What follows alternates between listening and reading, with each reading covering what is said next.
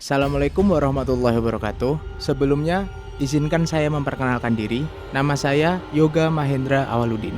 Pada kali ini, saya mau menceritakan kisah pengalaman horor saya dan teman-teman saya sewaktu mengontrak di Semarang.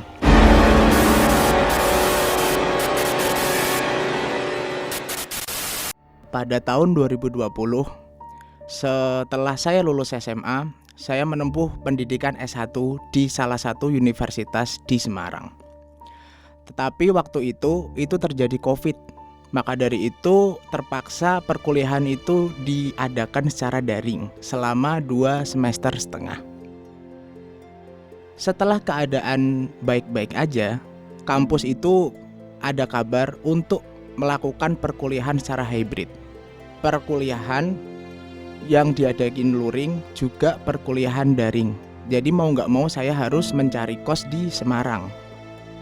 Selama saya perkuliahan online di rumah itu, saya sudah mempunyai teman-teman meskipun belum pernah ketemu seperti itu. Jadi teman-teman saya itu punya rencana untuk mencari kontrakan biar tinggal bareng selama kuliah seperti itu.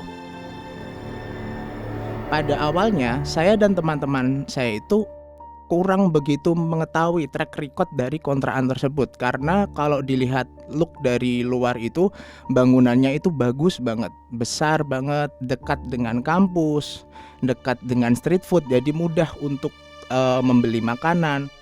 Di kontrakan itu saya bersama 7 teman saya, termasuk saya. Yang pertama, kamar 1 itu dihuni teman saya itu si Firman sama si Yoshiko.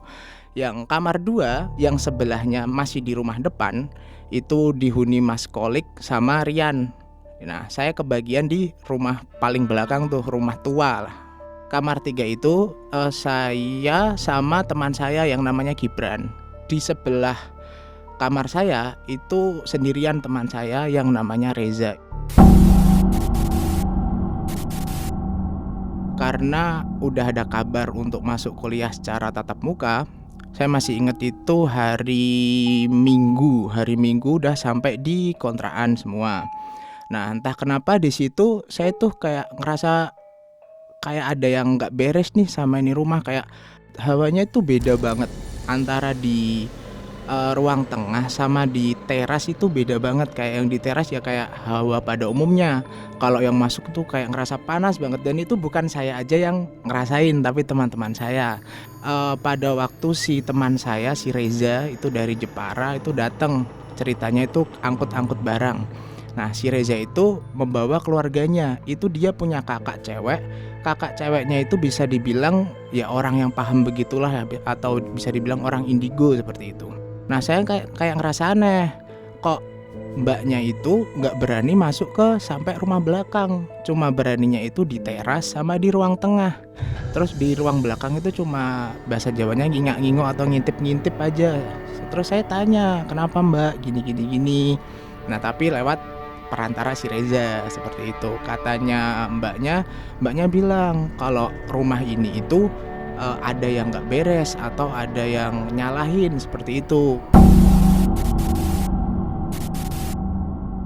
Nah, di minggu awal itu, minggu pertamanya saya mengalami ya kayak sekedar suara-suara aja, kayak orang jalan, terus orang mandi, orang ketawa nangis, terus keran itu nyala sendiri seperti itu. Saya juga nggak tahu, maksudnya teman-teman saya itu pada dengar itu atau enggak, saya nggak tahu. Tapi saya pribadi dengar sendiri, dan saya di waktu itu nggak berani cerita ke teman-teman saya. Takutnya teman-teman saya jadi takut, terus pada pindah satu-satu, kan saya jadi kacau sendiri gitu. Udah dapat kontrakan, masih pindah-pindah lagi seperti itu. Masuk ke minggu kedua, saya masih ingat itu malam-malam sekitar pukul 11 malam. Yang lainnya itu udah pada di kamar semua. Saya masih ingat jam 11 malam saya duduk di ruang tengah. Ruang tengah saya lagi ngopi sambil ngerokok. Nah, entah kenapa di jam 11 malam itu keadaan sepi banget kontrakan. Biasanya itu ada kayak motor-motor lewat seperti itu keadaan sepi banget. Di situ entah kenapa saya kayak nyium bau busuk banget. Sampai muntah-muntah, mau muntah kayak gitu rasanya. Nah, tiba-tiba itu di jendela depan saya jelas banget itu ada pocong di situ. Kain kafanya itu saya masih inget itu udah ada tanahnya, baunya busuk banget. Di situ jujur saya nge-freeze sekitar 5 menit, 10 menitan saya nge-freeze gak bisa apa-apa. Jadi mata saya itu adep-adepan sama si pocong itu. Nah setelah saya sadar itu, saya lari ke kamar, sampai pintu itu saya masih ingat saya dobrak. Dan teman saya si Gibran itu sampai bangun, dia tanya, "Ono apa yok? Ada apa yok?" Seperti itu. Nah habis itu saya juga nggak berani cerita karena udah shock duluan, karena saya tipe orang yang takut banget dengan pocong seperti itu. Entah kenapa ya, kayak ingat kematian atau gimana.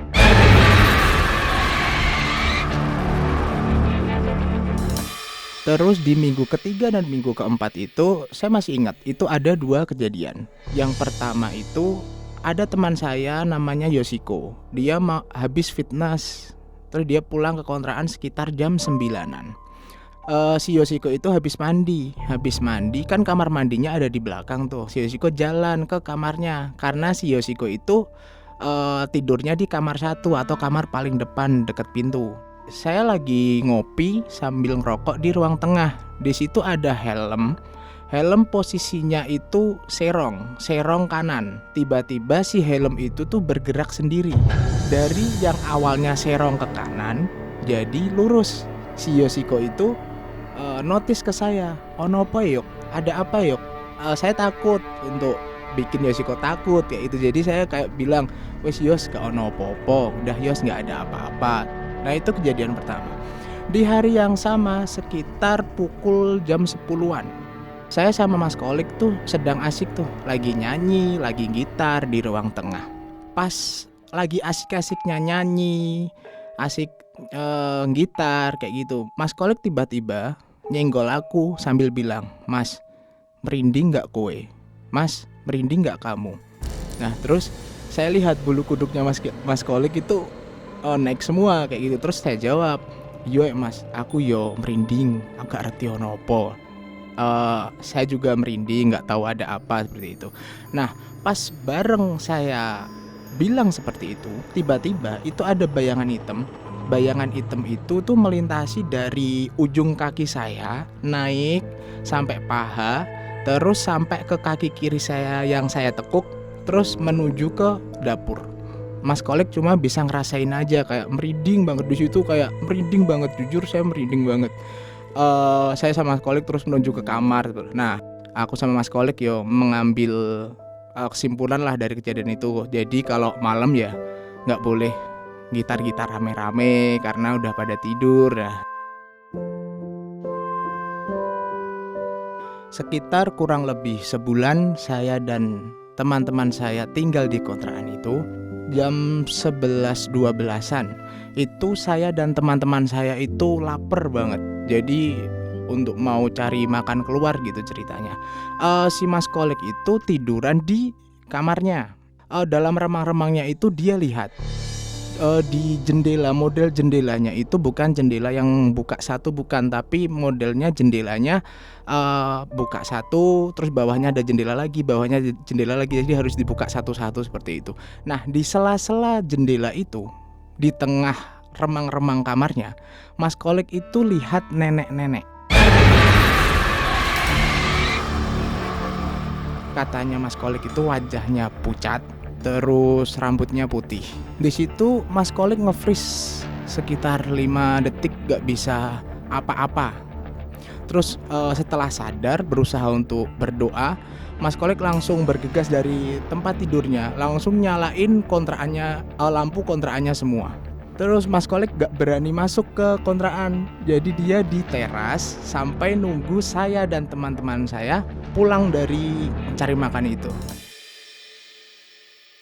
Sekitar hari Jumatan, penghuni kontrakan pada pulang rumah semua karena udah gak ada jadwal kuliah. Pas di rumah, Mas Kolik itu tanya ke temennya dan saudaranya yang bisa dibilang paham hal begituan. Dia tanya, "Mas, carane piye to gen iso berkomunikasi mbek makhluk gaib? Gimana Mas caranya biar bisa berkomunikasi sama makhluk gaib itu?" Nah, yang ditanya itu menjawab, "Carane ngene Mas, bar salat jajal ojo mentasik, menengo dilu ambek batin pingin komunikasi.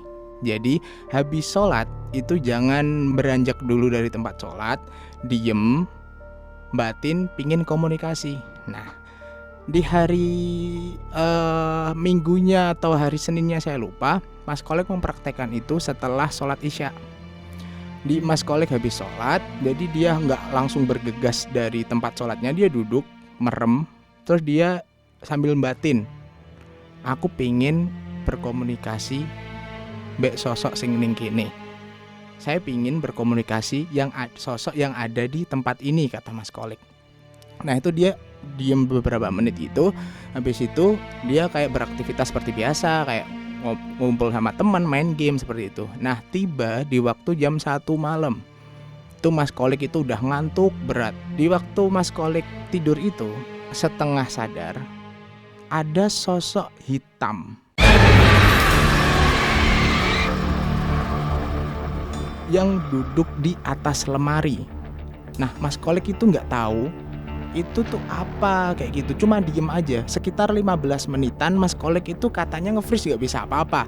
Untuk baca doa aja kayak orang gagap seperti itu. Mas Kolek tuh takut banget katanya. Terus sekitar 15 menit Mas Kolek itu ternyata udah bisa bangun, terus nyalain kontrakannya, dinyalain semua. Terus selisih beberapa hari atau minggu, Mas Kolek mempraktekkan itu lagi. Terus sekitar jam 1-an lagi Mas Kolek tidur. Nah di tengah tidurnya itu Mas Kolek tuh mimpi didatangin nenek-nenek. Terus si nenek itu pegang tangannya Mas Kolek, dan si nenek itu bilang, "Ger, wes gak sah wedi. Aku ning kene wes suwe. Aku gak bakal ganggu kowe-kowe. Ken kowe-kowe reti, nak aku ada di sini." Nah, jadi nenek itu bilang, "Nak, udah nggak usah takut. Aku tuh ada di sini. Sebelum kamu ada di sini, aku udah ada di sini. Aku nggak bakal ganggu kalian. Biar kalian tuh tahu keberadaanku di sini."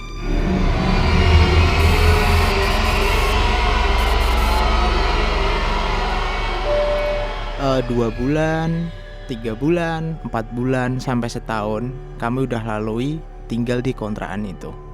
Jadi si Rian sama si Reza itu keluar dari kontrakan. Nah digantiin tuh sama si Imam, Farid sama Fadil. Farid sama Fadil ini adik kakak. Nah si Imam itu tidur di kamar 2 atau bareng sama Mas Kolek. Si Farid sama si Fadil itu tidur di kamar 4 di kamar sebelah saya di rumah belakang seperti itu. Si Imam itu tuh orang yang sering ikut ngaji-ngaji, yang ikut ustadz kayak gitu. Tiba-tiba malam-malam itu si Imam sama si Firman itu menaburi garam di sekitaran kontrakan, kayak surat ayat kursi kayak itu di atas pintu depan, di kamar-kamar kayak gitu. Nah tapi anehnya setelah ditaburin garam itu, gangguan di kontrakan itu makin banyak.